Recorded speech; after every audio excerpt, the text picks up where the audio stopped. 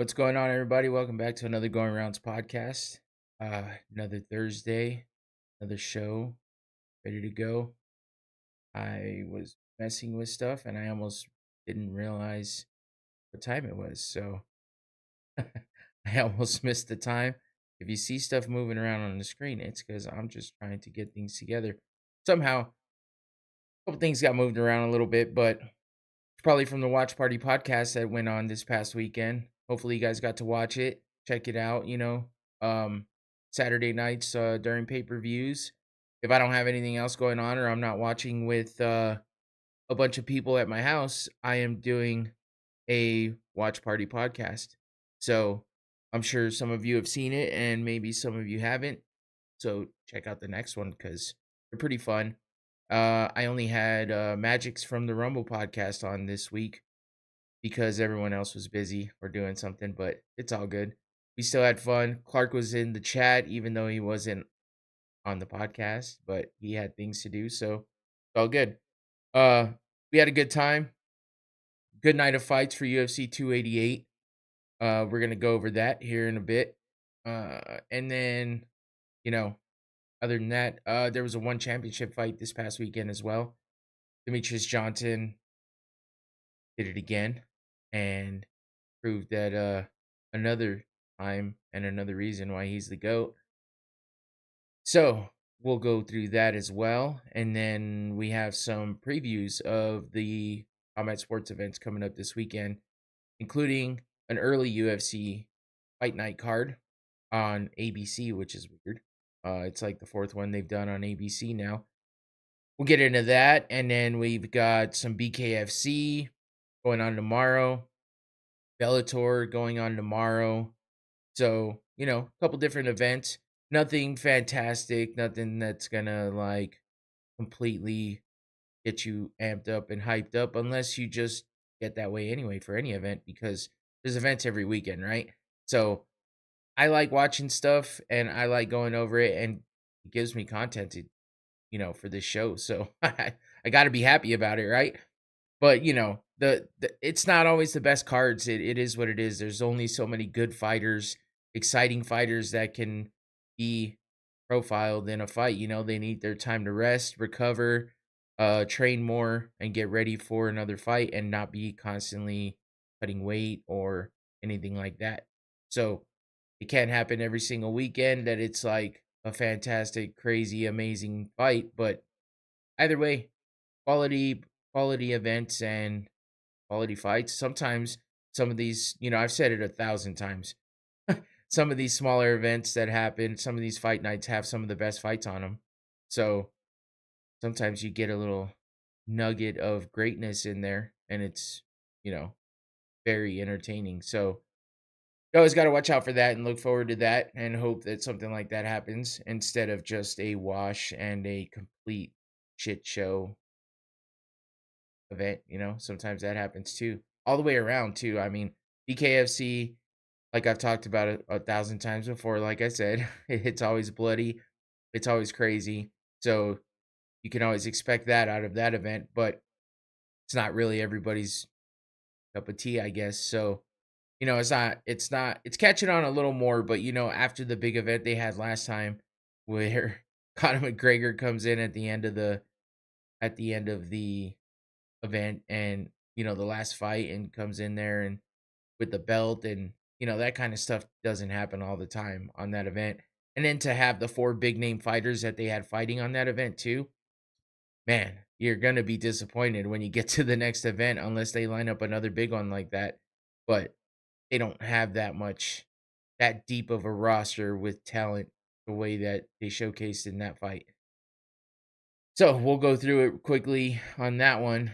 And then what else? Um well, I do want to wish my daughter a happy birthday, Trin. I don't remember if I actually said it on the last podcast, but her birthday was Monday. So uh yeah, Monday.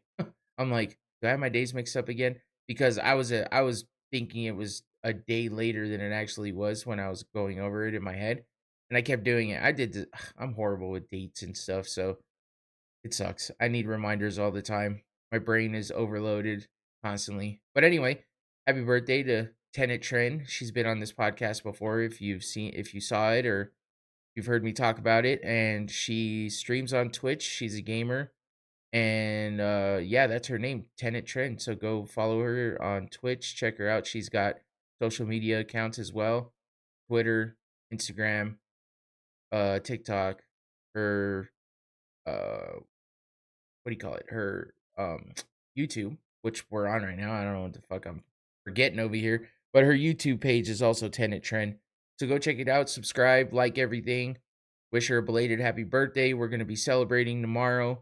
She turned 21, so we gotta go hit up the bars. She had a good time on her actual birthday night. She got a little faded, and she kept saying, "Oh no, I want to chill and save it for Friday." But her sister took her out and a couple friends, and they had a real good time. So I'm happy about that. She got to celebrate on the day of, and uh, she's gonna go celebrate some more this weekend. Tomorrow night should be fun. Looking forward to that. And also, big news on that front. She's also moving out soon, with her girlfriend. So, I talked about it once before. Felt like I got a little emotional type of way, but that's my younger daughter, and she's leaving the house first, so it's a little emotional for me, but, I'm okay. It'll be alright. I'm happy for her.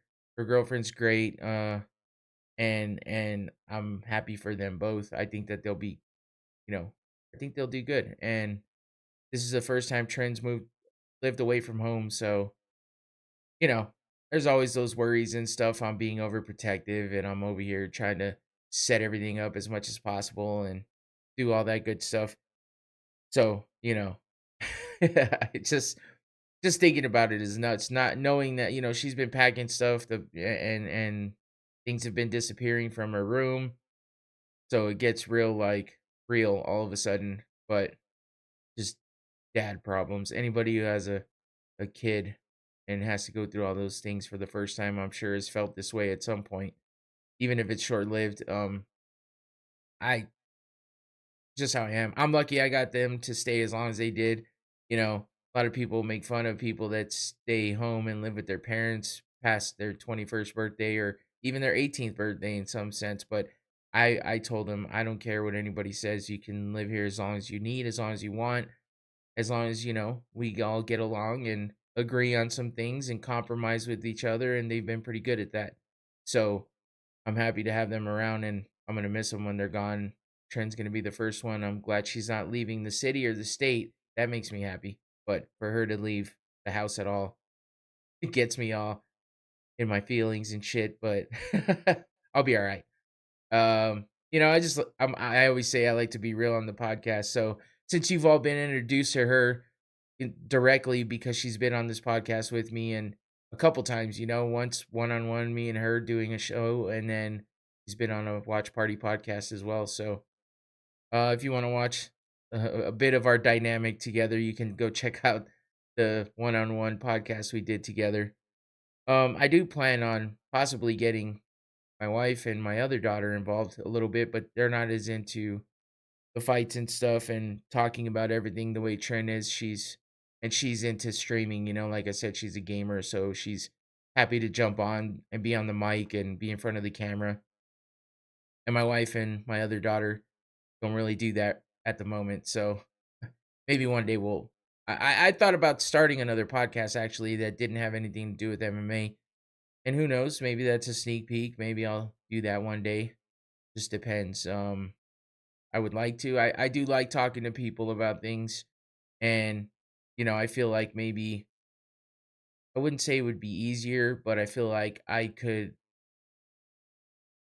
maybe talk to people about things like with their life experiences, what they do for a living. So a lot of that stuff is interesting to me and could be interesting to other people. I know for me, I enjoy listening to someone's life and life story in a sense.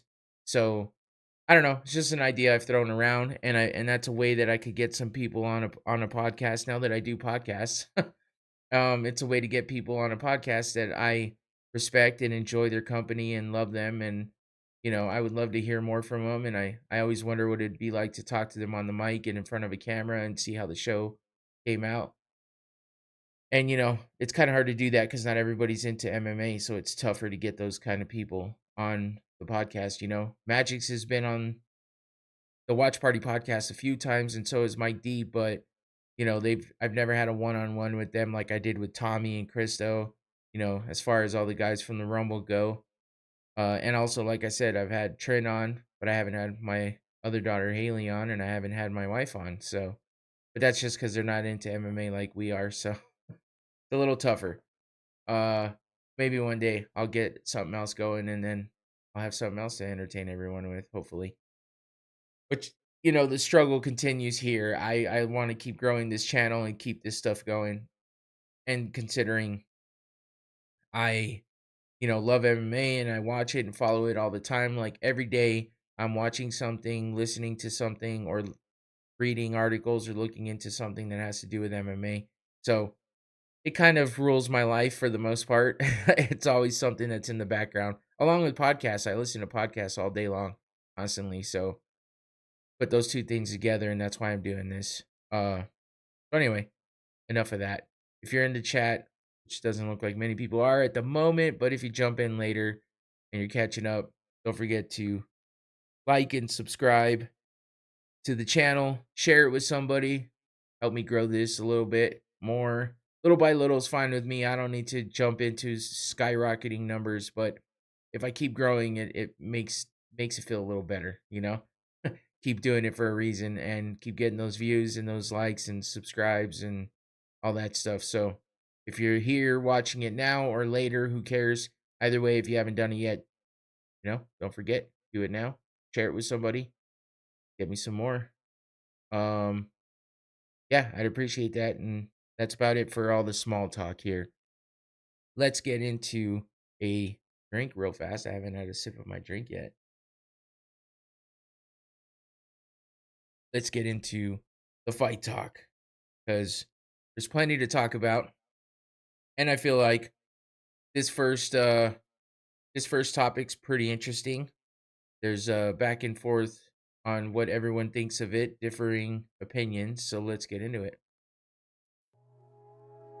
Of course, if you saw the thumbnail, if you saw the description, I'm going to talk a little bit about Nate Diaz and Jake Paul because they just had on, what day was it? I think wasn't yesterday. Maybe it was yesterday. No, it was Tuesday. On Tuesday, they had a face-off because they did a press conference. So a few different things came out of that press conference, Jake Paul being himself as usual. Nate Diaz is the same. Paul was a little toned down. There wasn't any fans in attendance whatsoever. So this was strictly media, strictly the teams of the guys, all their entourage and security and all that bullshit. But that's it. Ariel Helwani was kind of the moderator, the host, and he was the voice of the press conference, handling all the questions, doing all the things that a promoter usually does. So that was cool. And then, there wasn't a ton. It was kind of like, I don't know, how would you say it? It was just kind of like one of those things where it was a way for the press to ask like the beginning questions, everyone was thinking, I think it also had to do with the fact that everyone was thinking this might not happen because of Diaz and the legal troubles with the charges being pressed against him in New Orleans. I haven't really seen much as far as news from that goes. Maybe I missed it or haven't kept up with it. I'm not sure. But if it's not out there in your face, it's because it's nothing drastic or dramatic and it's just kind of flying under the radar. So I haven't dug deep. So I don't know what's going on with that, but it hasn't kept him from doing anything he normally does, to my understanding. And obviously, they're in Dallas, Texas, doing this press conference. So he's able to travel and everything else. So I guess he's good for now. We'll see what happens down the road. But yeah, they had this press conference and it went fairly decent, but Diaz still pulled a little bit of the stuff he pulls a lot of times. No throwing water bottles, so that's good, even though he was sipping slowly out of a water bottle the whole time. So I'm wondering, like, is Jake Paul going to say something and spark something in Diaz's head, and then he's keeping that bottle close so he can throw it at him? Like, I start thinking about these things because we've seen him do it so many times, throwing monster cans and water bottles and whatever else is near him. I feel like it's just because he wants to hit somebody so bad that he's like, fuck it, I'll throw something at him. So I don't know, man. I don't know what the obsession is, but it's a thing now. He just did it not too long ago with that stupid fuck Chase, whatever the fuck his name was. But yeah, it's just something that happens. But there was no water bottles thrown. No Celsius cans just thrown. That was what was up on the table. That was just one of their sponsors. So, and Jake Paul, well, he was being himself and he wasn't antagonizing that much, but he did do some weird shit, like he always does. He brings out this little toy monkey, the one with the cymbals, and it claps like this while it's like dancing around. But he brought it out one time and said, this is what's going on in Nate Diaz's head. And he just plays the little monkey. And I'm just like, okay, dude, it's not that funny. And then Diaz gets up and walks away twice. The first time, I'm not exactly sure what happened. I kind of feel like he's getting frustrated with either the questions that are being asked by the media or by some things that Jake Paul was saying. And I think he gets up and wants to leave because he probably just wants to reach over and kick the shit out of him. And he knows that that's not good for the event as far as like keeping it going and keeping things cool. He's already in legal trouble right now. So yeah, you don't want all these cameras that are pointed at you when you're there to be in front of a camera, and then you pull some more shit like that, Probably not the best idea. So, but Diaz was still being Diaz, and he gets up and walks away one time. Ariel kind of grabs him and tells him, hey, just, like, chill, let's go, let's keep this going, gotta keep it moving. But, yeah, he got up a second time and actually walked away and walked out. And Ariel says, he says he's going to the restroom, that he'll be right back. And it sounded kind of weird, he had a weird tone in his voice, a little shaky, but I mean, that's Ariel anyway sometimes. But, yeah, it's kind of weird. He just got up and left, and everyone's wondering, like, what's happening, because they were trying to wrap it up. They said they were going to do the face off. Then he gets up and leaves, and Ariel's trying to stall, and, Jake's like, or Ariel says, let's, take a few more questions until Nate gets back, and then we'll face him off, and we'll be done. So Jake's over there answering questions, and Ariel's looking around like, is he coming back? Is he coming back? And finally he does. So it's good, and they get in their face off, and as you can see here, Jake decides to start smacking his arm, grabbing his arm, and Diaz is just kind of pushing him away and shit. Nothing too crazy, but, Jake does throw a little jab in there saying, oh, look at you, slow ass, and trying to act like he is faster than him. But it's like, dude, what are you doing? You're like slap boxing hands at the moment. You're not doing anything of any sort that matters. So calm the fuck down. But the other big thing that happened was fucking I mean, this is just another picture of the face off, but the other thing that happened was some dumbass that works for Jake Paul for Better Media decided he was going to ask some stupid ass question to Nate and say, hey Nate, I'm an amateur boxer, I've been trying to get on the undercard of one of these fights, I was just wondering if your brother is available to try to jump on and interested, because I think if he's like you, I'd whoop his fucking ass. It's like, what? So you just see Diaz just kind of look around like, dude, what the fuck? Are you stupid? He's like, my homeboys are over there and they heard you and they see you. Like, what the fuck is wrong with you? And, the dude automatically gets all scared. I mean, he weighs like 140 pounds probably. He looks like a teenage girl with his stature. He has no reason or no fucking... There's like no reason for him to even be putting himself in that situation. And I saw a video after the fact where he was backstage. And with the Paul brothers, you never know what stage, you never know what they're putting out there just for the aesthetics of things. So, but yeah, there's a video of this dude talking to Jake as Jake's passing by, and Jake goes, are you like in a, what'd he say? Basically, like, is he dressed up like in a disguise? He's like, are you in a disguise? And he goes, yeah, I'm scared shitless. I'm trying to get the first flight out of here, the fastest flight I can get to get out of here. And yeah, I guess he put out a statement saying an apology, you know, to Nate, saying, please don't hurt me. But you don't know with these guys, because that's how they all are. Like, are they just joking? Are they just playing? You know, are they just trying to mock people? Who knows? Jake's good at what he does, but at the same time, he's a little transparent. Yeah, he's like, you can just see through the shit, really. That's what I'm trying to say. So you never know. But like it or not, at this point right now, it seems like this event's still gonna happen. It's set to be in Dallas, Texas, Saturday, August 5th.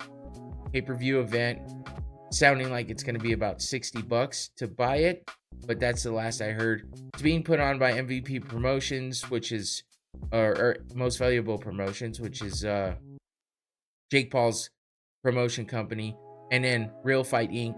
So it's a 50-50 split from what I understand, and it's going to be on the Zone pay-per-view. So yeah, August isn't that far away, so I guess I understand why they did this press conference, plus with all of the media coverage of Diaz and the fact that he's in the legal troubles and all that crazy shit. They probably wanted to show face and save face and say, hey, this is gonna happen. Everyone's doubting it, but this event's still happening. So yeah, that's it for that. Not a whole lot came out of the press conference. You know, Jake said that Nate was being a bitch. He's used to him doing this and doing that, and he just kind of sat up there and was a bitch. But here's the thing. If you watch Jake Paul during that whole thing, and if you watch him when they stand up side by side, when they're taking pictures, he's constantly looking out of the corner of his eye at Nate, like constantly looking, because I think he's scared. He's scared that Nate's gonna do something. I get it. You know, if you're with someone who will fight in the streets and doesn't give a fuck and will take the repercussions as they come, you know, I guess. And if you know that you're gonna have to pay for the shit that you say because he's gonna make you pay, I guess I understand watching. But it's like, it's a very scared look in Jake Paul's face. Now, I give him credit for the power he has in those punches. He's knocked everybody down, if not knocked everybody out that he's touched. But even in the fight that he lost against Tommy Fury, he still knocked him down. You know, he's got the power. If he puts it in the right place, he's knocking you down or knocking you out. And Diaz does get hit a lot, unfortunately. But he could take a damn punch regardless. So, it's just how many punches can he take and how many of those hard punches can he take? And hopefully, I'm hoping he's not planning on taking a lot, and I'm hoping that he's not planning on taking punches at all, and instead maybe one or two here and there as he goes in and, you know, puts work on Jake Paul. So who knows? Preliminary, you know, action and talks and, you know, everything else, movement on this card. So we'll see what happens. I'm sure there's more to come. I'm sure there's more conferences. But that is what it is for now. And I'll be waiting to see what the next thing is. But moving on. Some kind of sad news. This is Tony Ferguson. And apparently he was involved in a rollover accident with his truck, where he hit like two parked cars and then rolled his truck because he was drunk. And so he got arrested for a DUI, obviously, after reckless driving and, you know, endangering whoever. I don't even know what all the charges were. All I know is he also wasn't cooperating with the police. So yeah, this is just a shitty thing. And you know what? I did want to look up and see if there was any news on this, because I haven't seen anything on it yet. I've just heard people talk about it here and there. But I haven't seen anything come out of it as far as, you know, where's he at with everything. Is he, you know, I don't even know if he made bail. So Sean O'Malley reacts to Tony Ferguson's DUI. See, everything just says arrested.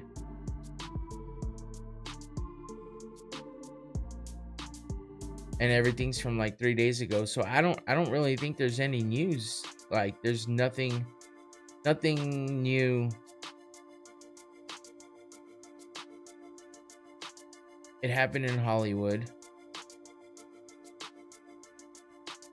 Says his pickup truck, he crashed his pickup truck into 2 parked cars outside a Hollywood club. His truck flipped on its side. Miraculously, he was not injured, nor was anyone else.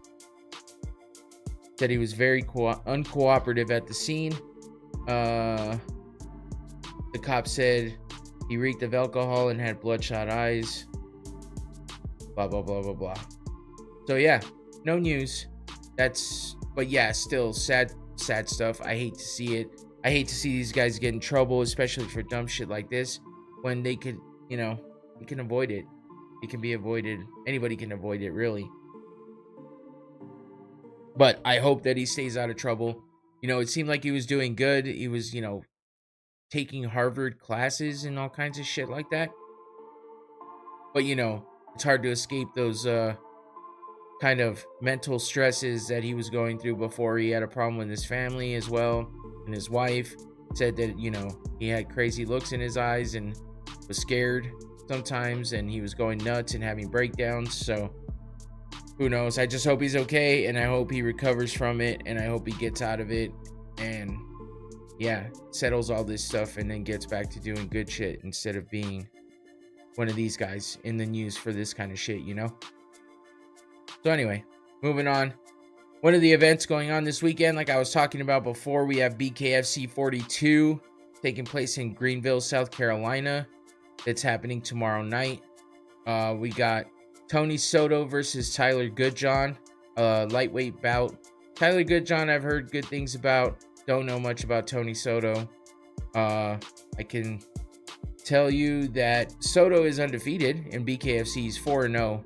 Goodjohn is 4-2. And yeah, I mean, there's not much else to say except that's your main event. Notables underneath. We got Douglas Coltrane versus Blake Lasazy.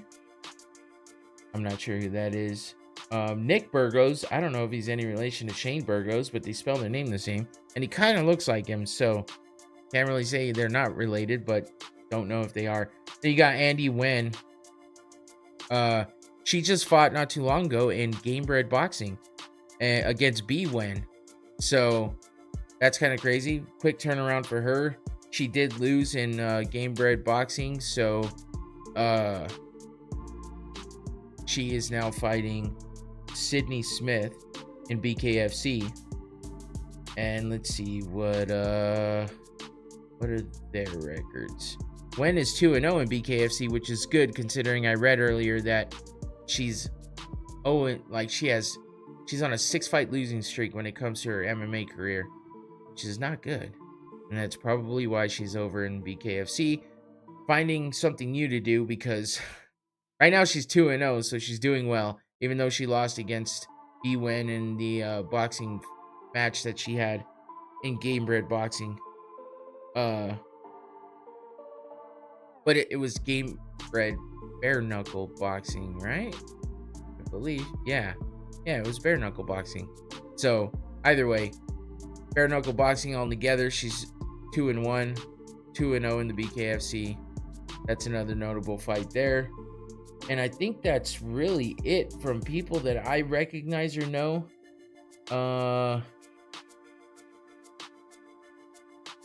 Yeah, I'm just trying to see if I recognize any of these other names, and I really don't. So anyway, if you're into BKFC, tomorrow night, I believe you can watch it on, well, there's free prelims that say they're on Instagram, the BKFC app, and somewhere else. Oh, on YouTube. But the main event, I think you watch it on Triller or the BKFC app. So you're into bare knuckle fighting, there you go. You got an event tomorrow night. Couple notable fights on there. Nothing too crazy though. Let's move on to a bit of a recap of the one on Prime Video 10, or One Fight Night 10, that took place last Friday.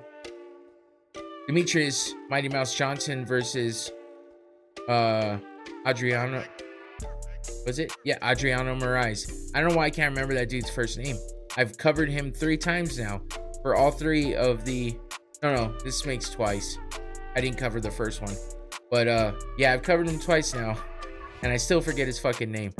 But anyway, not a bad event. Actually, all the people that I went over, all the fighters that I went over and highlighted in, you know, my last podcast with Patrick, you know, their fights were pretty exciting for the most part. We're gonna go through a little bit of those here, but you know, just so everyone knows in advance, if you don't already, Demetrius Johnson did retain his belt and won a unanimous decision over Adriano Moraes, and we'll, you know, look into that a little more here in just a minute. But the first fight I wanted to go over, Sage Northcutt made his return to MMA since he got his face broken in 6 places in 2019. So it's been that long since he's been in there, and he fought Cosmo Alexander, who I went over because he fought recently, and you know, I told you about him breaking Sage's face.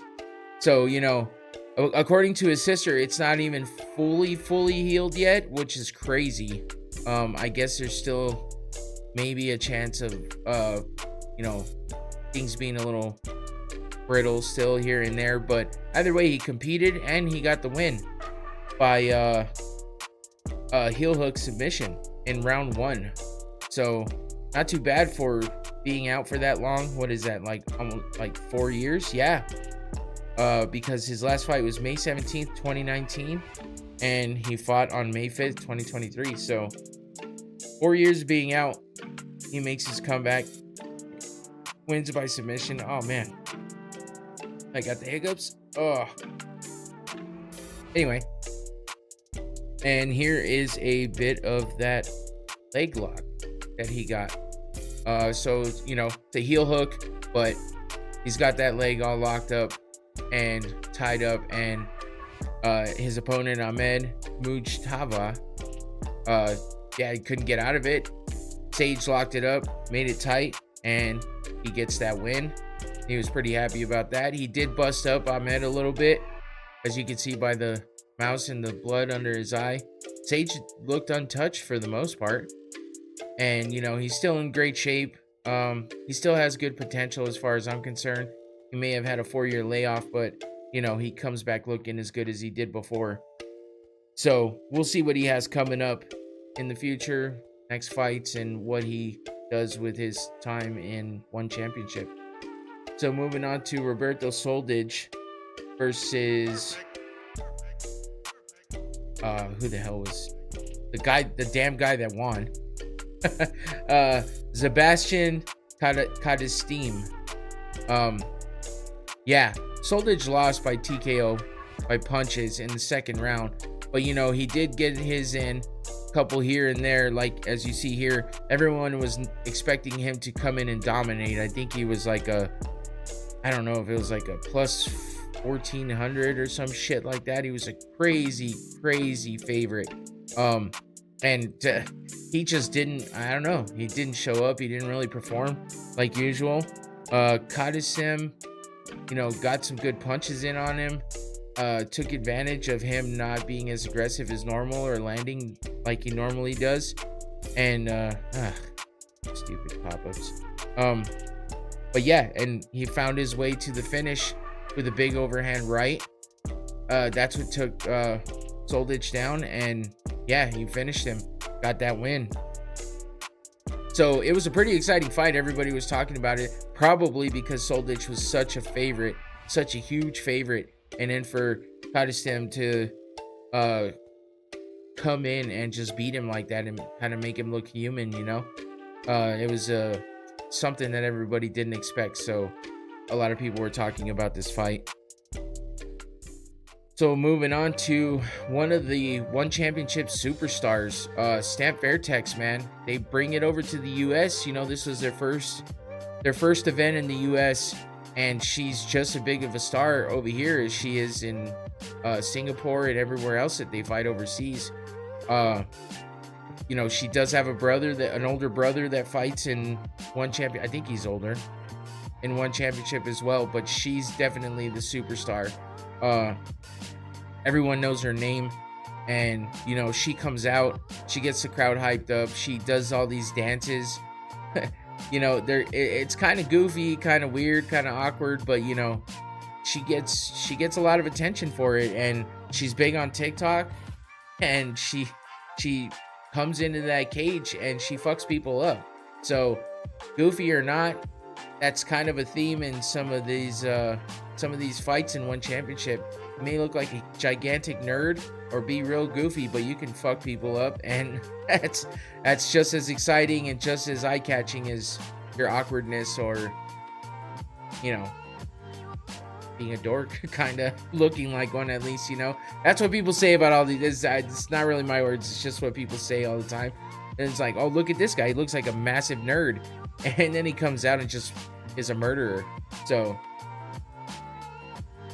I think it's pretty cool, and it's also something that you need to remember out in those streets, thinking, oh, this little goofy bastard can't do shit. Next thing you know, you're tied up in a pretzel and getting choked the fuck out, waking up wondering what just happened. You know, that kind of shit can happen. Just because you're a big dude doesn't mean you can't get fucked up. So and a lot of people know how to fight these days and know jiu-jitsu. So I mean, look at Sam Fairtex. She's a hell of a kickboxer, Muay Thai fighter, just everything. She does it all. And you know, she definitely has what it takes to be a superstar, and she's proven that by now coming over to the US and having the crowd pop for her, kind of like they do back home in Singapore, home for the One Championship, that is, and everywhere else that they fight. She fought Elise Anderson. She beat her, as you can see here. She definitely worked her with the strikes, and she got the KO by body kick, nasty liver kick. And yeah, that pretty much buckled Anderson, and that was about it in the second round. So Stamp continued to dominate as she does, and continues to be a superstar, man. Like, I don't know what else to say about her. I listened to an interview with her, and you know, she's entertaining. Like, her English isn't the best, but you know, the translations, if they come through correctly, you know, she keeps your attention and makes you want to know what she's gonna say next. So yeah, she's fun and entertaining, and she's a great fucking fighter. So try to catch her on her next what do you call it? In her next match is what I was trying to say. I got distracted because everything's out of order over here, and the stuff that I'm referring back to, so that's kind of annoying. Oh, I know why. Because they only put the MMA fights in here. That's stupid. So SureDog only lists the MMA fights, not the like Jourdain's not in here because it's Muay Thai. And Mikey Musumeci's not in here. But that's what we're moving to. Mikey Musumeci, another superstar in grappling. Again, massive nerd. That's what he looks like. He looks very awkward and goofy and unassuming. Doesn't look like he could kick your ass, but he definitely could.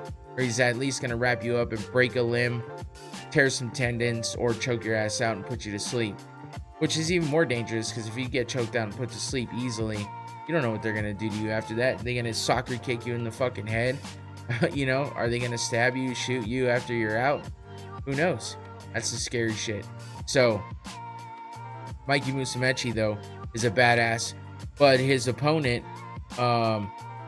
who I can't remember his fucking name at the moment, because it doesn't tell me here. That's annoying. Either which way, who cares? He lost. He did put up a fight, though. They tried to exchange leg locks, ankle locks, fucking whatever you want to call them. But they definitely were going back and forth. Obviously, it's submission grappling, but they were going back and forth with the leg locks. Mikey tended, to pull away with the better submission attempts overall, and worked his way into a rear naked choke, which wound up finishing his opponent, and he got the win. So Mikey continues to dominate, and like I said, there he is, with the glasses. He is Italian, so he's got the little, which is funny coming from him. And look at that belt, man. That belt is like, I think it's like 25 pounds of gold or some shit like that. Kind of crazy. Yeah, because I think the UFC belt is like 12 pounds. Well, this one, no, maybe it's not 25. I think it's like, shit, I don't know. All I know is it seemed like a lot more than the UFC belt, and it's all gold, so it's kind of nuts. Everyone gets one. It's like a 3D effect with the letters on one there. So yeah, it's a pretty dope belt. I think it's cool. I like it. And yeah, Mikey retains his belt and continues to be a champ in one championship for submission grappling. So we'll move on to another champ, Jourdain, fighting this Mexican dude. I can't remember his fucking name, but it doesn't matter because Jourdain just pretty much ran through him and didn't even look like he was phased. This guy just, if you watch any of his highlights, you can watch him pretty much tell somebody to punch him in the face. They do. He stands there like nothing, says do it again. He'll take like 3 punches in a row, just laugh, and then get back into it. It's kind of nuts. He's a different kind of dude. Definitely rolled through this one, retained his belt, got the win, looks unfazed, untouched, and I'm sure we're gonna see him in there again soon. And then the main event, Demetrius Mighty Mouse Johnson doing work, continuing to just reign on top, and landing big strikes, big punches, head kicks, the normal Demetrius Johnson stuff. The only thing is it didn't seem like he went as hard as he usually does. And unfortunately, there was no finish this time.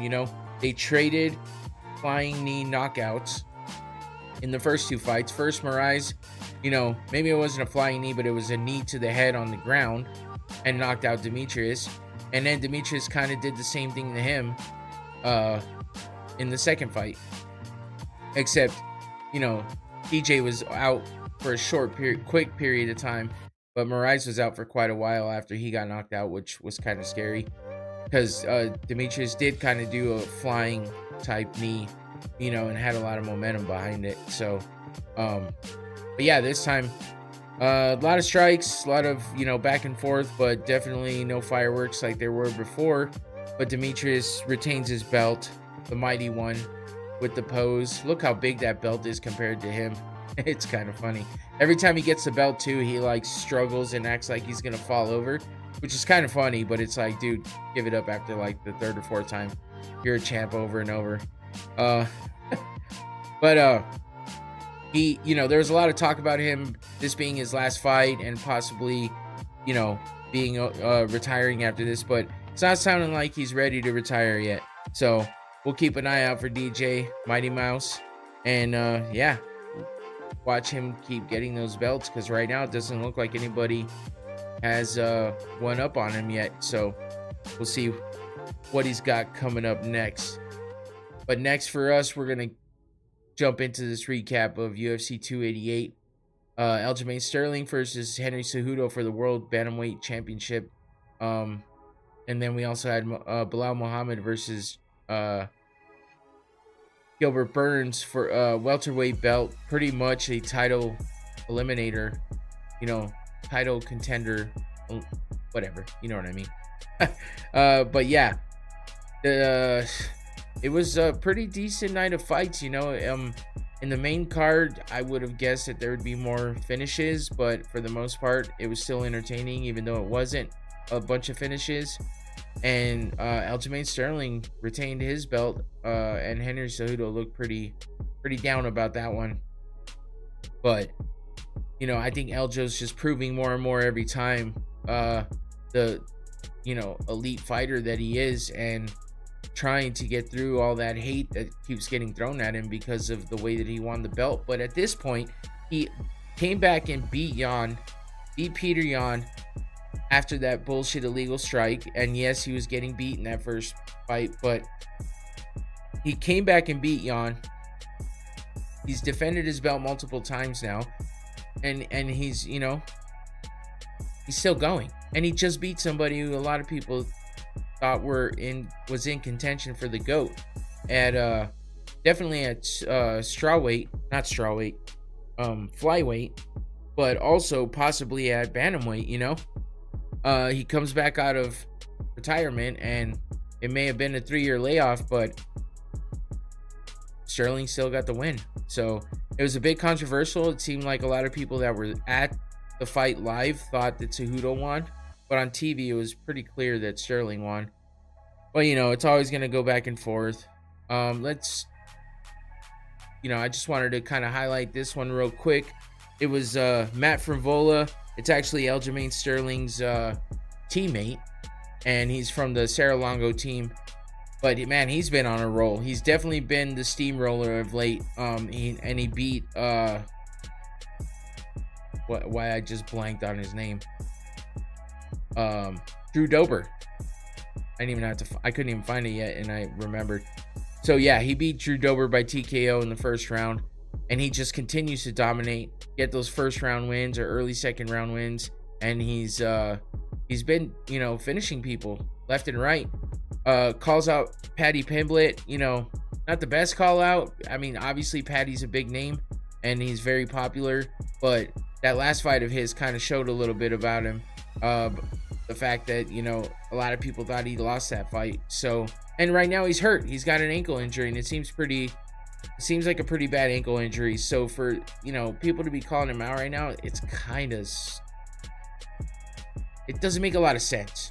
But either way, he said, in another interview that he's willing to take on someone else if it's going to take Paddy too long to recover and get back. So either way, he deserves a big name for sure, but I think he just needs to keep rolling. And Drew Dober was a step up in competition for him, but he's been on a roll. He beat Otman Azatar in his last fight in November, and then January of last year, Genaro Valdez. So, he's just been looking so good though, and I think that he's got big things coming, but he's got to make good decisions. So hopefully he does, and hopefully his team helps him out. Moving on though, we had Gracie versus Charles Jourdain. This fight was not great. I wasn't impressed. This was the fight that was on when I was on the Watch Party podcast by myself, and it was tough. It was tough because Gracie did a lot of this, just on the ground, butt scooting and kicking legs, not very well either. He just didn't look good. He lost by unanimous decision to Charles Jourdain. Unfortunately, Jourdain couldn't get a lot done with the way that Gracie fought.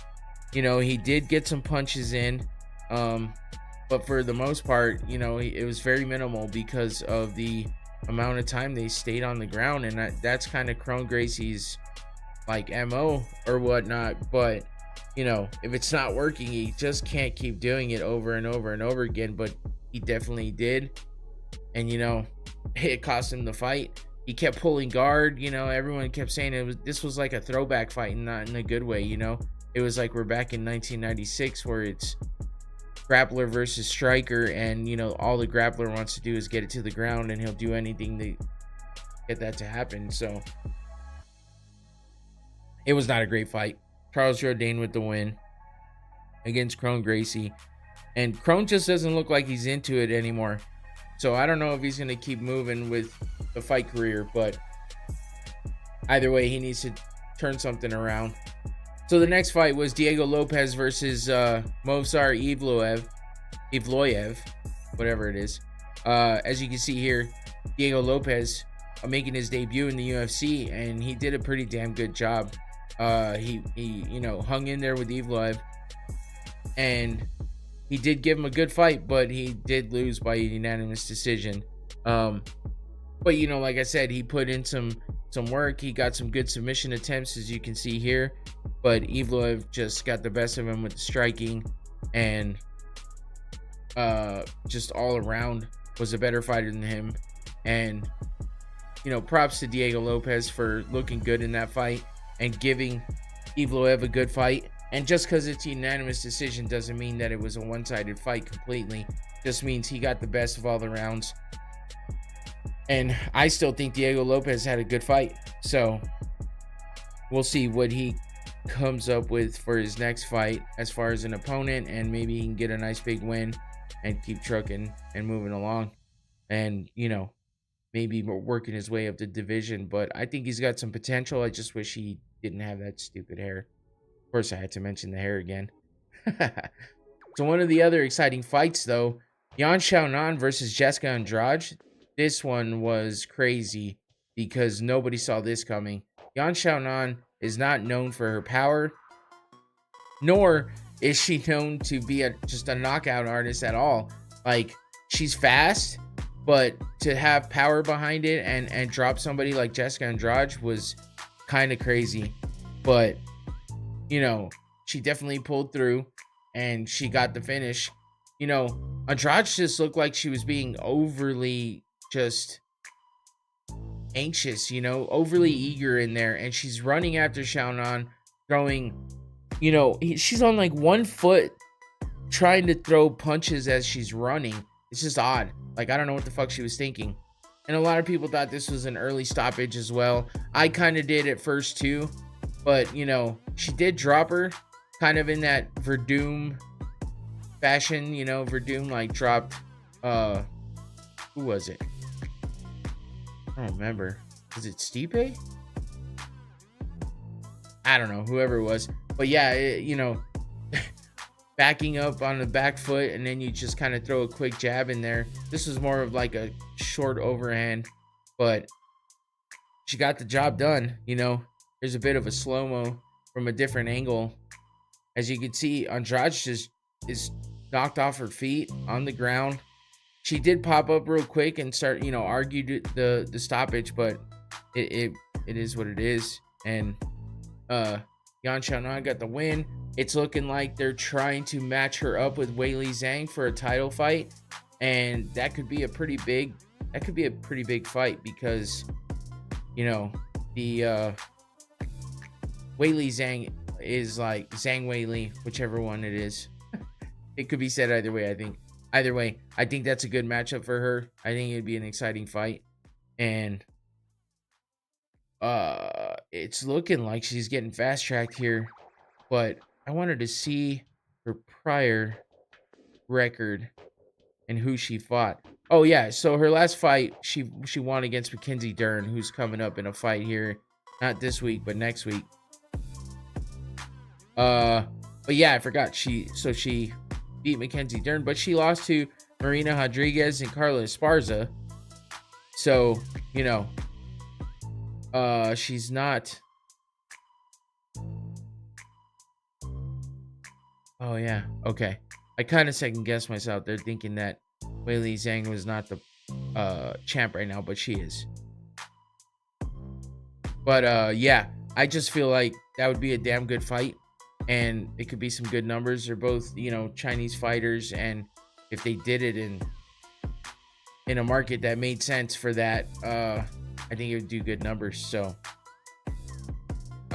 anyway, moving on to the co-main event. Belal Muhammad versus Gilbert Burns. So, this was a pretty decent fight, too. It just sucks that it went to decision. But Belal Muhammad did work. And he was definitely there to win. He proved that he was worth, getting a title shot because he feels like he should have already had a title shot. And I kind of agree. He's been in there, fighting everyone, big names, and coming out with wins. He's on a 1, 2, 3, 4, 5 fight win streak. And then it was only broken up by a 1-no contest with the present champ, Leon Edwards. But before that, he had another 4 wins. So technically, he's 9-0-1 in his last 10 fights, which is pretty nuts. And he'd be on a 10-fight win streak if he would have gotten that win against Leon instead of the no contest. But it was an accidental eye poke. You know, that kind of shit happens. But he's beat the likes of Sean Brady, Vicente Luque, now Gilbert Burns, Stephen Wonderboy Thompson, Damian Maia, Diego Lima. Fuck, he's got a lot of big names under his belt. And he's on a big winning streak. So, you know, I feel like he deserves a title shot, especially over that bitch Colby Covington. But apparently, Dana likes to ride that dude's nuts. So, I guess fucking Colby's getting the goddamn. You know what, though? If Colby gets the title shot, I will definitely be making fun of him on here, talking shit. I'll highlight his highlights, but I'm still going to talk shit. Anyway, you know, Belal did some good body work in the mix of everything. Good kicks and punches to the body. You know, he was just a very good, well-rounded fighter all the way through. And he pulled it, you know, he pulled out the win. So, and, you know, Burns, he didn't look great. He didn't look like himself, and he didn't look great. And it's, you know, it sucks because, you know, there's obvious respect towards each other. But as you can see here, this picture is kind of telling because Gilbert Burns, I think in the end of the first round or the beginning of the second, he hurt his shoulder pretty bad. And it turns out he had a litany of injuries after this fight. He had a sprained neck, torn left deltoid, torn left trapezius muscle, and a torn left AC joint. So he just fucked up his whole left side apparently, as well as sprained his neck. Like, damn. So I think somebody said that he, you know, it was on a takedown that he fucked up his shoulder on. I was going to go back and try to find the exact spot, but I didn't get a chance to. I might look at it again down the road, but knowing all these injuries, it's like, who cares? Now we know why he was kind of holding his shoulder like that. Joe Rogan had said it on the broadcast during the fight, but, you know, I wasn't sure if he actually hurt something. Maybe he broke his hand or, you know, you never know. But, yeah, that's what wound up happening there. Unfortunately for Gilbert, he got the loss. Belal gets the win. He shouldn't have to fight anyone else until he gets that title shot, but they haven't even finalized a Colby Covington and Leon Edwards title fight yet, so that would leave Belal on the bench for a little while. So unless he really needs and wants that time, he might wind up having to have one other fight before he gets a title shot. If he takes it, though, if he's willing to take it. But moving on to the title fight from this card, Aljamain Sterling versus Henry Cejudo. As I mentioned earlier, Aljamain got, you know, the win, retained the belt. Look how big his fucking leg looks compared to Cejudo in general. Aljamain just looked like a fucking beast this night. And, you know, he put a lot of good strikes together. You know, he definitely won at least 3 of the rounds. You know, a lot could be said for 2 of the other rounds. I think 3-2 on the scorecards is fair, you know, and he just etched it out by a round, but that's okay. He still got the win, and I feel like Cejudo didn't look like the Cejudo that we normally see. He kind of looked like the dude that was struggling to make the weight, like back in the day. Because if you remember the beginning of his career, he struggled to make weight a lot, so he kind of looked like that Cejudo. So it's kind of sucks, and unfortunately for him, it seems like he's got a lot of yes men around him, and that's the word going around right now.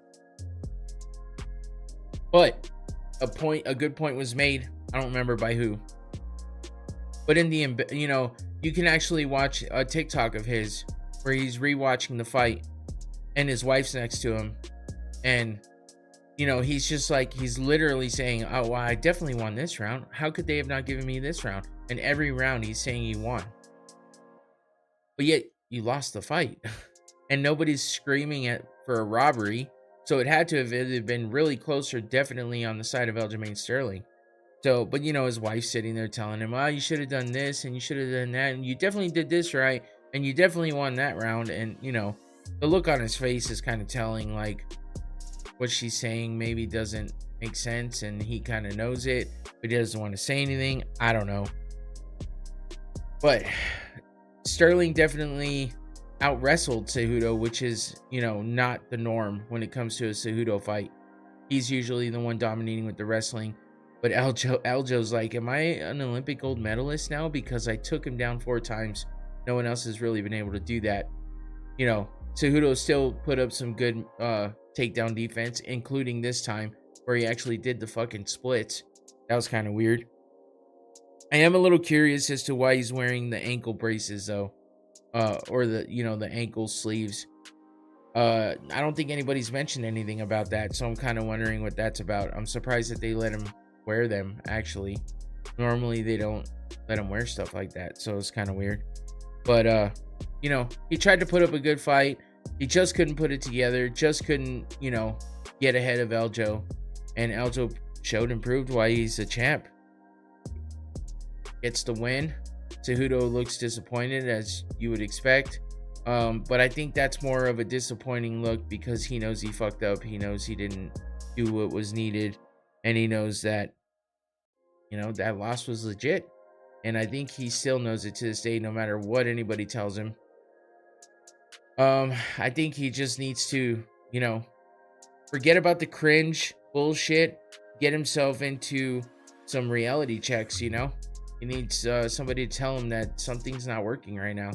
And that 3-year layoff was a beast to overcome. So he wasn't able to overcome, and he got the loss. So now he's calling out Merab. And, you know, he first said that he took off his gloves in the cage. There's a video of Dana White helping him take his gloves off. And it was kind of weird because I thought, is he going to go back into retirement? Just say, hey, I couldn't do this, so now I'm just going to, you know, be done again. But he didn't retire. He just seemed very, like, undecisive. So, you know, he was undecided, I mean. So, you know, you never know. But he is out there calling out Merab now and, you know, saying stuff, talking shit as usual. And, yeah, I don't know what's going to happen with that. But next for Aljamain Sterling is Sugar Sean O'Malley, who was in the crowd watching the fights live, wearing his Michael Jackson jacket, which is pertinent for a particular reason, and that's because of all of the happenings after the fight. When Aljamain Sterling was talking to Joe Rogan, you know, saying that Sugar Sean's next, he had already named him beforehand. So he was just kind of reiterating that that's what he wants next. And with the Sugar Show being at the show, of course, something was going to happen, right?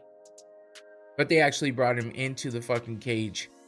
And Sean takes off his fucking jacket, and he's too mixed up talking shit to Aljo, winds up handing it to somebody. Didn't realize that he's handing it to fucking Merab. So Merab in this picture is so fucking funny if you're not watching and just listening. Merab is like in between. Dana White's like got his arm across the two of you know, Sean and Aljo. Aljo's like talking. Sean's, you know, pumped up, and someone's holding him back. And fucking Merab's in the middle wearing Sean O'Malley's jacket because it got handed to him. And he's just sitting there with a shit-eating grin on his face. It's funny, I posted it on Instagram on my stories, and I was just like, look at Merab. And I just put like the arrow pointing down and circled it, you know, circled him in the middle.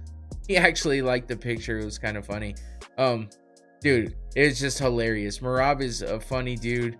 And in the mix of his teammate over here, jaw-jacking with fucking Sean O'Malley, he's standing there wearing the jacket and just fucking laughing.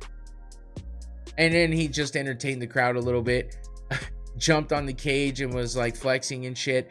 As you can see in this picture too, in the forefront right there, you know, Sean O'Malley with the braids is looking over at him. And at one point he went running after him and was like, hey, give my fucking jacket back. Because I guess that's when he realized that he gave it to Merab, and Merab's wearing it.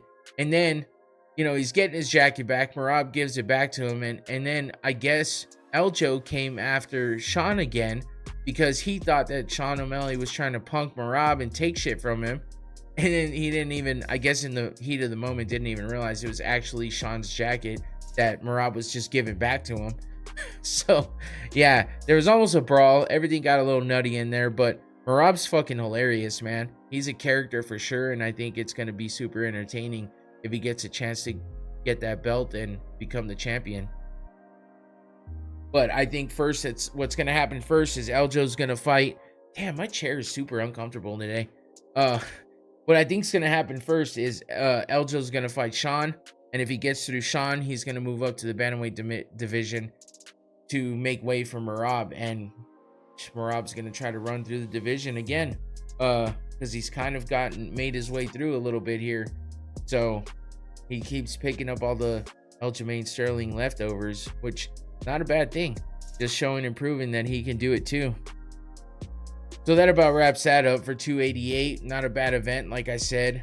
And we'll move on to one of the other events going on this weekend. Tomorrow night as well. Going up against that BKFC card. We have a little MMA. It's Bellator. It's the Bellator event happening. I don't even know where. All I know is you can watch it on Showtime. And I think Paramount has it too, but I'm not sure. But anyway, it's happening tomorrow. Gegard Mousasi versus Fabian Edwards, who's actually Leon Edwards' brother. Leon Edwards being the welterweight champ of the UFC right now. This is happening at middleweight with a co-main event of the lightweight World Grand Prix is Brett Primus versus Barnau. I think that's how you say his fucking name. Let me see what his first name is.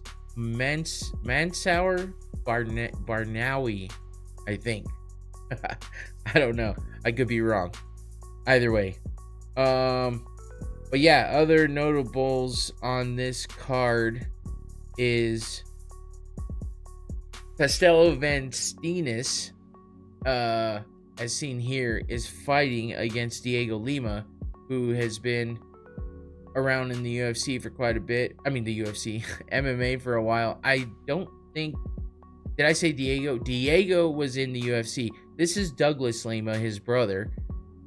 So I'm fucking up names here. And I don't believe Douglas Lima has ever been in the UFC. But he's been doing big things in Bellator. That fight's taking place at middleweight.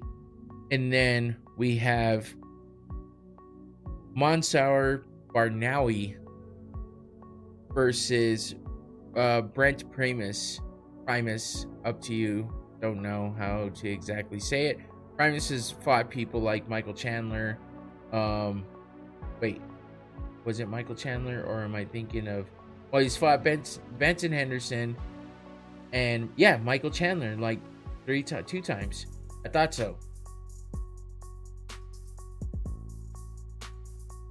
And I think that's about it. So, but he did have some pretty great fights with what's his face? God damn it! Michael Chandler. How did I forget? The dude who's gonna fight Conor McGregor soon, hopefully. So, anyway, the main event is Gegard Mousasi versus Fabian Edwards. As I said, middleweight bout. You know, Mousasi is an ex-UFC fighter, was in the UFC for a while, has a fucking crazy record, 49-8.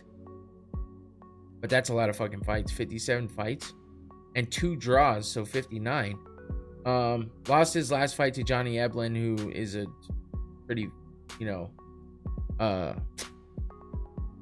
pretty big up and coming guy. So, and he really proved himself beating Mousasi in their last fight in June. But this picture is from Austin Vanderford. When he fought Austin, they were Austin was kind of highly touted. Everyone was kind of thinking he might give Mousasi a run for his money, but he lost TKO punches in the first round, so wasn't much of a fight for Mousasi. But yeah, and you know, Mousasi's good on the feet and on the ground. I believe he has some decent jiu-jitsu as well. Definitely heavy punches with that ground and pound.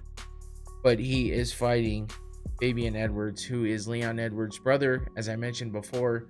And, you know, this is a little bit of some of the head kick action that his brother's famous for now. This is just looking like a picture I've seen from Leon Edwards. But Fabian is a little bit bigger at middleweight, which is 185 as opposed to Leon fighting at 170. He did fight and beat hold on. What? Really? That's weird. Yeah, that's Lyoto Machida. You can see it on his shorts.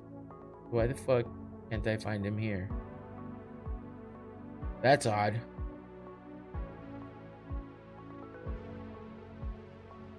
Whatever. Anyway, he is on a 1, 2, 3, 4, 5, 6, 7, 8 fight win streak. So, oh, I'm looking at the wrong person. Oh, that's funny. That is funny. That makes sense as to why the hell I can't find him. Okay, I felt dumb there for a second. I was like, do I have the wrong picture? Okay, so he did get a win against Lyoto Machida 2 fights ago. His last fight was against Charlie Ward. He KO'd Machida and he won by decision against Charlie Ward.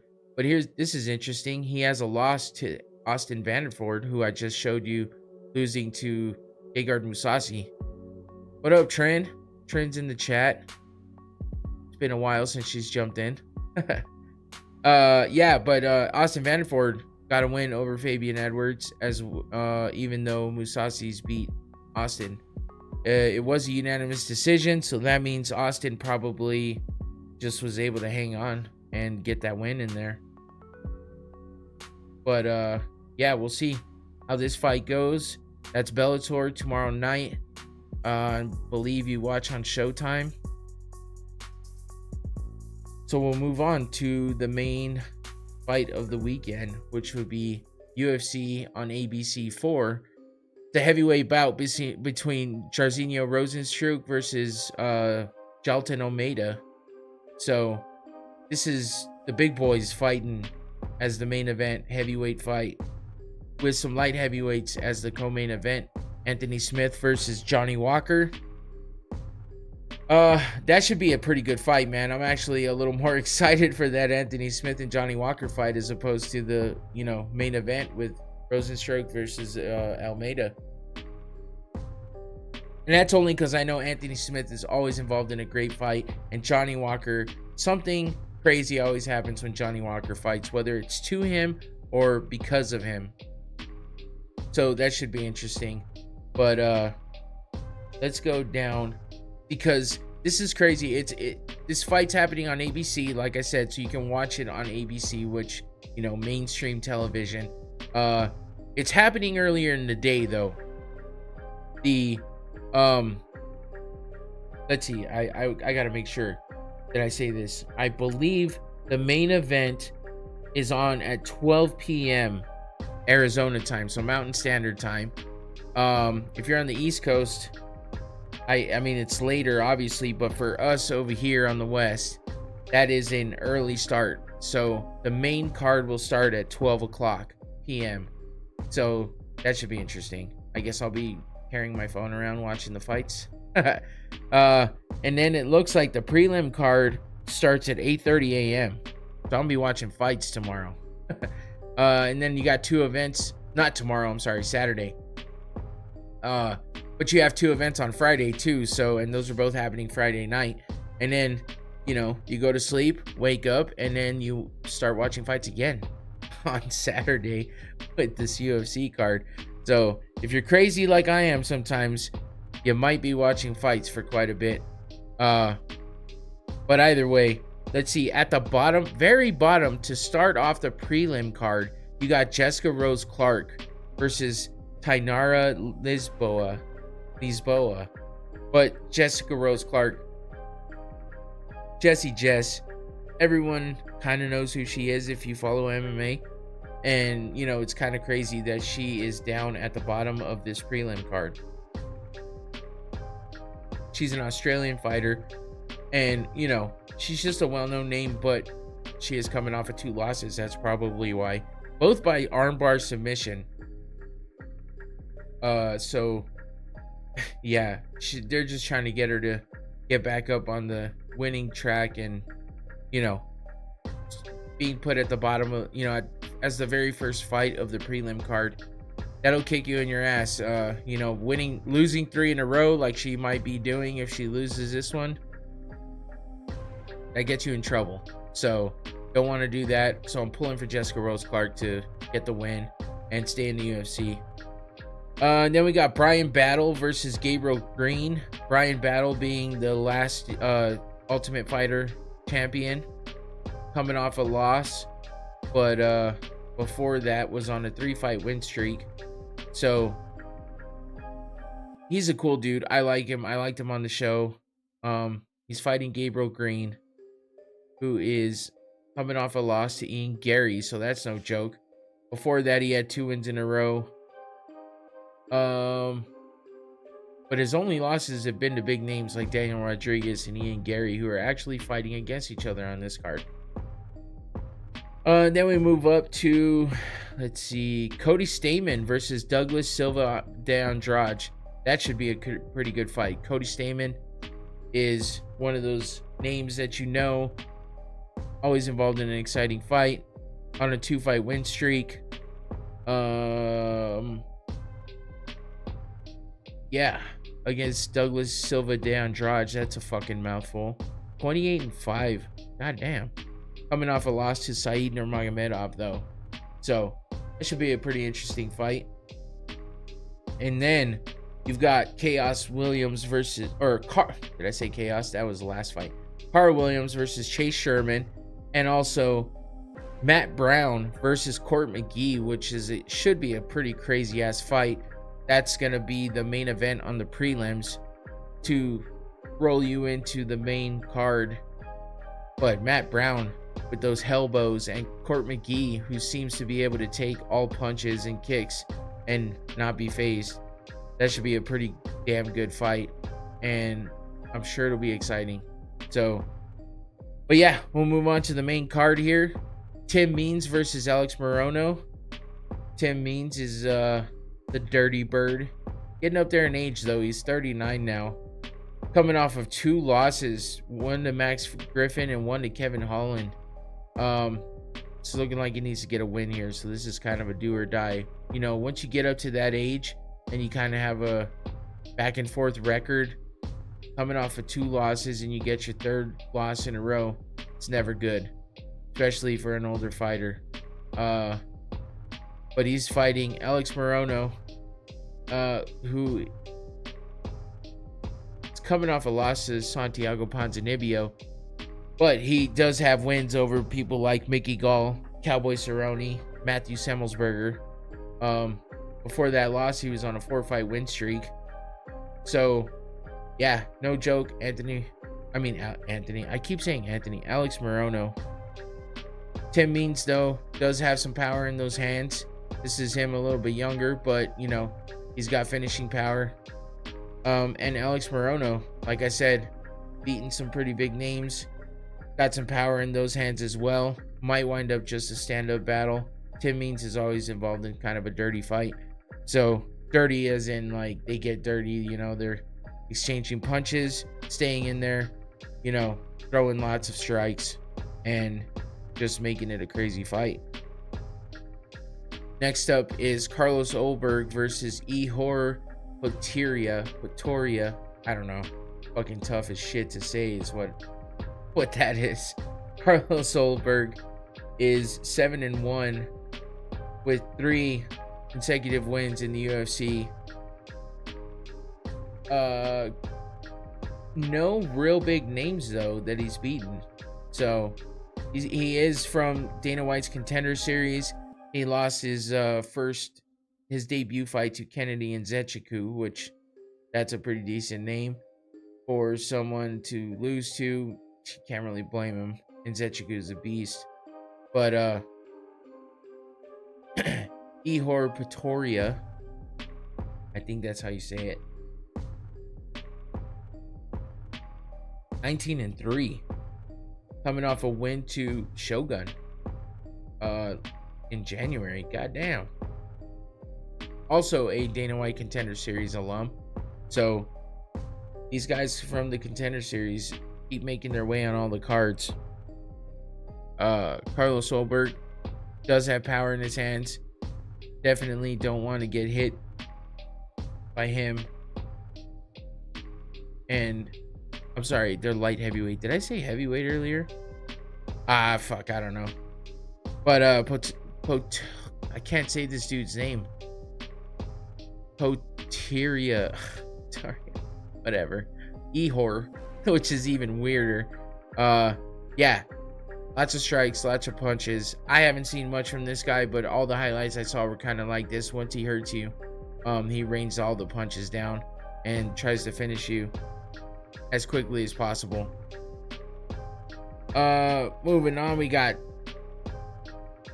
Daniel Rodriguez versus Ian Machado Garry, which I think I explained this last time. Ian Garry. His wife is in the Machado family, who are, very elite, high-level Brazilian jiu-jitsu players. Basically, I can't think of the fucking name. The Machado brothers, though, are very well known in the jiu-jitsu world. So he married into that family, and I guess he felt the need to kind of get that name involved in there, which isn't bad.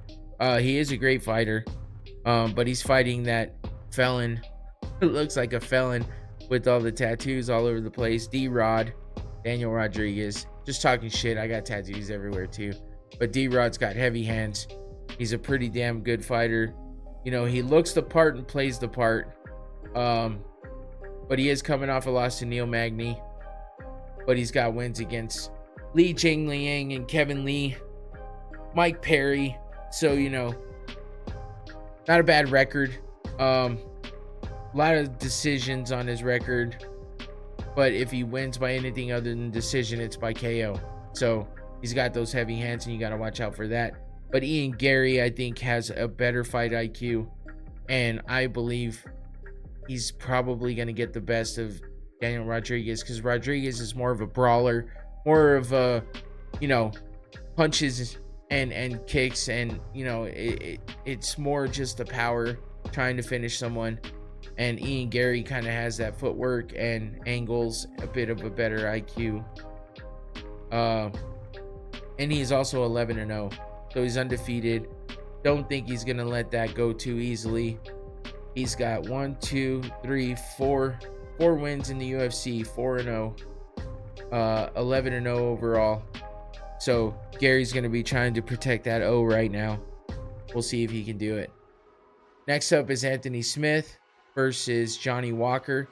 This fight I'm pretty excited about. Like I said, Anthony Smith hasn't looked the best as of late, but I still think that he's got it in him. He's one of those guys that, it became an analyst and a commentator. Well, an analyst, he's not really a commentator, but he does have a podcast with Michael Bisping. And he does have a lot of opinions when it comes to talking about all the fights and the fighters. But, he does pretty well. He talks well, and he has a lot of good things to say. He's coming off a loss to Magomed Ankalaev. But before that, he was on a 3-fight win streak against the names like Devin Clark, Jimmy Crute, Ryan Spann.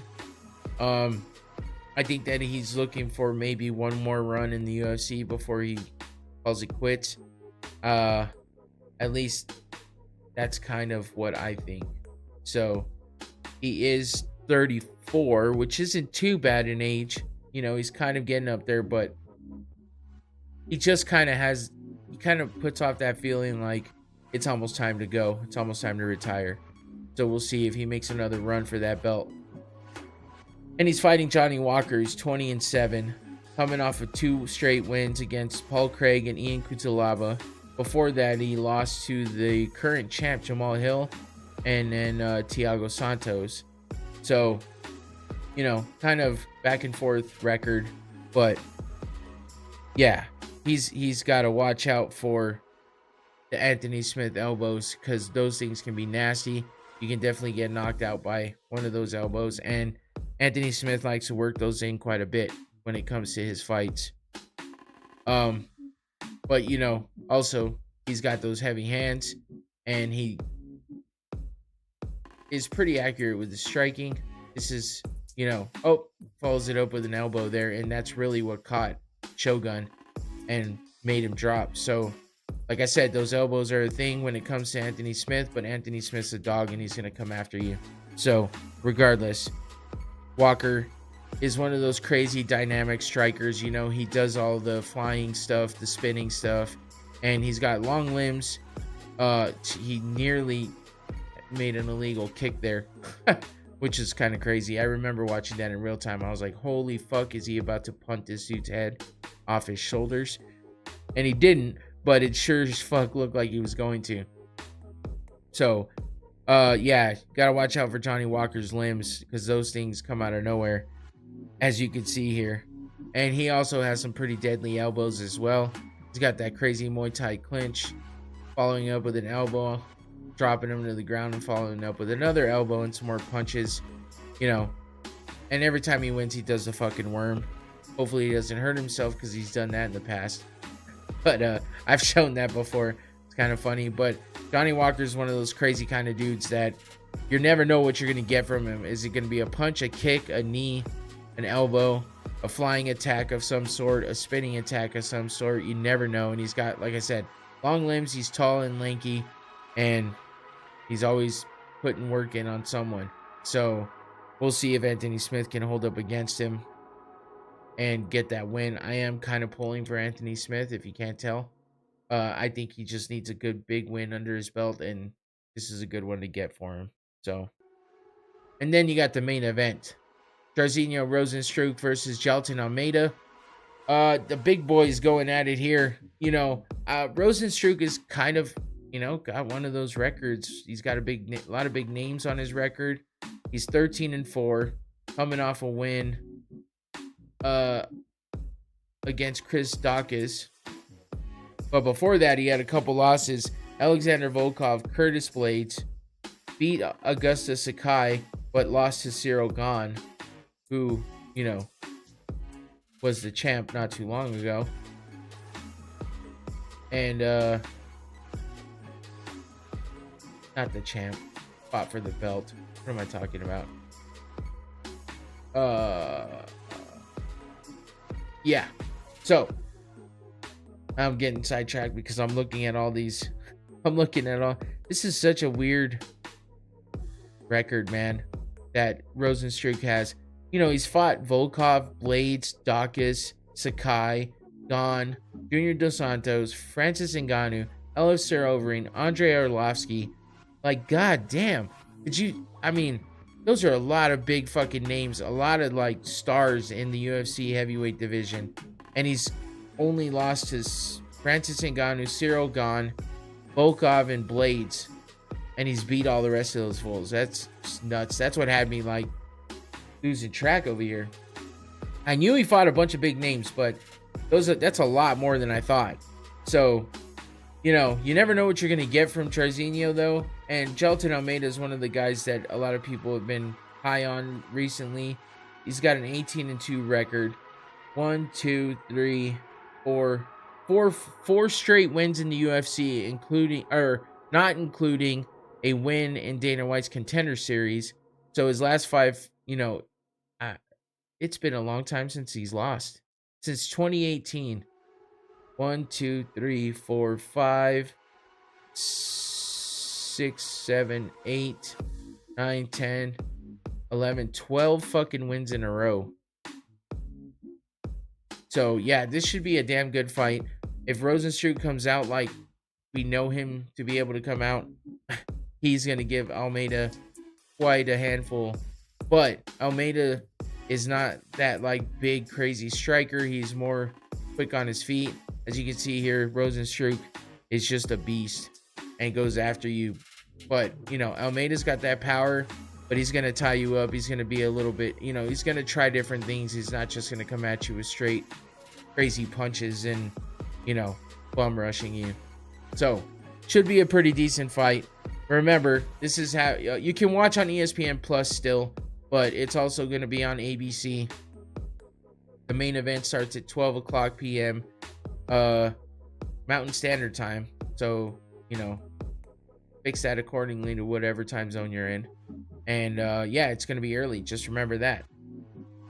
So, that's about it, though, for that card. And that's it for these, all of the fights for the weekend, actually.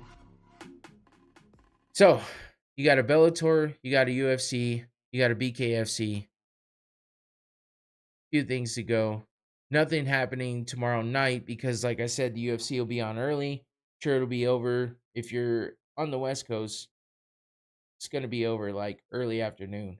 So, you're not going to really have anything to watch Saturday night unless you got other one-off events or something like that. Nothing too big, nothing crazy. But enjoy the fights regardless. I know I'll be watching off and on throughout the day tomorrow. Throughout the night tomorrow, and then again on Saturday. I keep thinking tomorrow. You know what? It's because I'm not going to work tomorrow. I took a day off. Not a lot going on, and I have some things I got to take care of. So, yeah. So I keep thinking of tomorrow Saturday. It's my Saturday, and then I'm gonna have a second Saturday. It's gonna be nice. Either way, I hope you guys have a good weekend. And I hope you enjoy all the fights. Catch whatever you can, but make sure that you catch me again here next week, Thursday, 7 p.m. as usual. And don't forget to like and subscribe. And next week we got another UFC event. I know right off the top of my head for sure we have another UFC event because Mackenzie Dern and Angela Hill are headlining that card. So not a big crazy card, but something to go over regardless. And then we'll recap these fights as well. So don't forget to join in again on the same channel on YouTube. Don't forget to follow all my social media. It's been going on down there. I'll show Going Arounds Podcast everywhere except for Twitter. It's Going Arounds Pod. Like my stuff, share it. I don't know. Do whatever you want. But please subscribe if you're watching. If you're not, if you're listening, go to YouTube, subscribe. Help me out. Trying to grow the channel a little more. Other than that, I think I'm done. I'm out. Long weekend for me. Can't wait to start. For now, that's it. I'm over here rambling. I need to be getting my screens together. So when I say I'm done, I'm actually done. Like now. I'm done. I'm out. Peace.